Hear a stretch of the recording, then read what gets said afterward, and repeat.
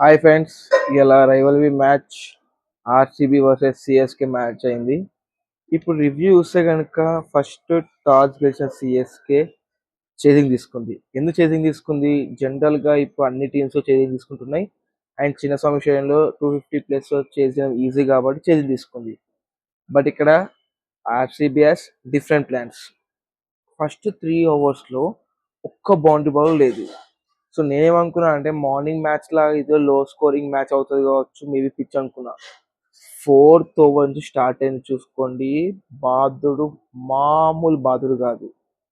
First ఏంది అంటే శివన్ దూబే మన విరాట్ కోహ్లీ క్యాచ్ డ్రాప్ చేసిండు. ఎక్కడ 7 runs మ్యాచ్ డ్రాప్ చేసిండు. ఎందుకంటే 7 ఉన్నప్పుడు స్కోర్ డ్రాప్ చేస్తే విరాట్ కోహ్లీ 24+ స్కోర్ వేశాడు.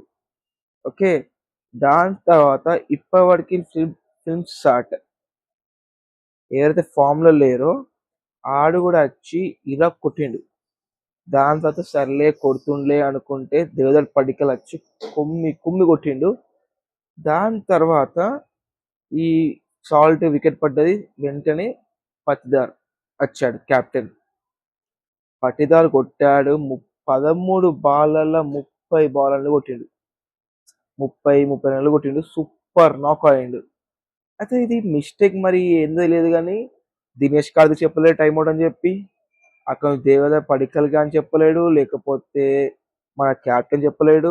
కానీ 4th అంపైర్కి అలా అర్థమయ్యి ఆయన బ్రేక్ ఇచ్చాడు. సో దాని తర్వాత నెక్స్ట్ బాలే దేవదత్ పడికల్కి పడ్డది. సరే దేవదత్ పడికల్ వికెట్ పడ్డది కదరా అని సిఎస్కేలో ఆనందపడే 2 నిమిషాలు టైం లేకుండే వెంటనే డేవిడ్ వచ్చాడు.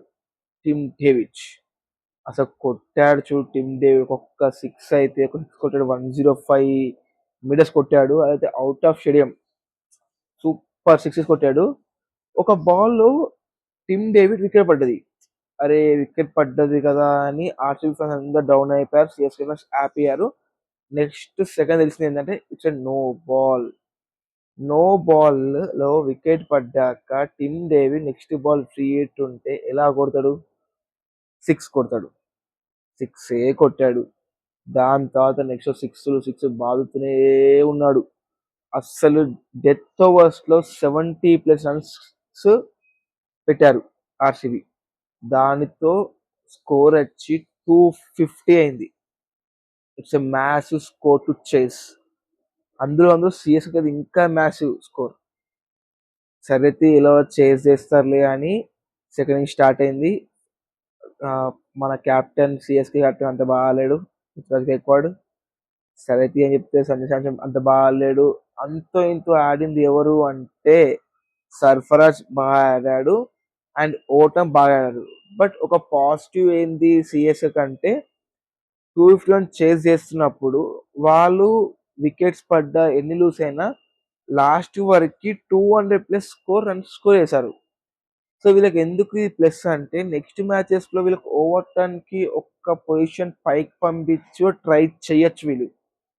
ఆ చాయిస్. ఎందుకంటే ఓవర్టర్న్ ఫస్ట్ మ్యాచ్లో బాగా ఆడాడు. ఫస్ట్ మ్యాచ్ స్కోర్ మంచి కొట్టాడు. సెకండ్ మ్యాచ్లో ఇప్పుడు 30+ రన్స్ కొట్టాడు. సో బెటర్ ఏంటంటే ఓవర్టర్న్కి 1-2 పొజిషన్స్ అప్ పంపిస్తే బెటర్ అని నేను అనుకుంటున్నాను.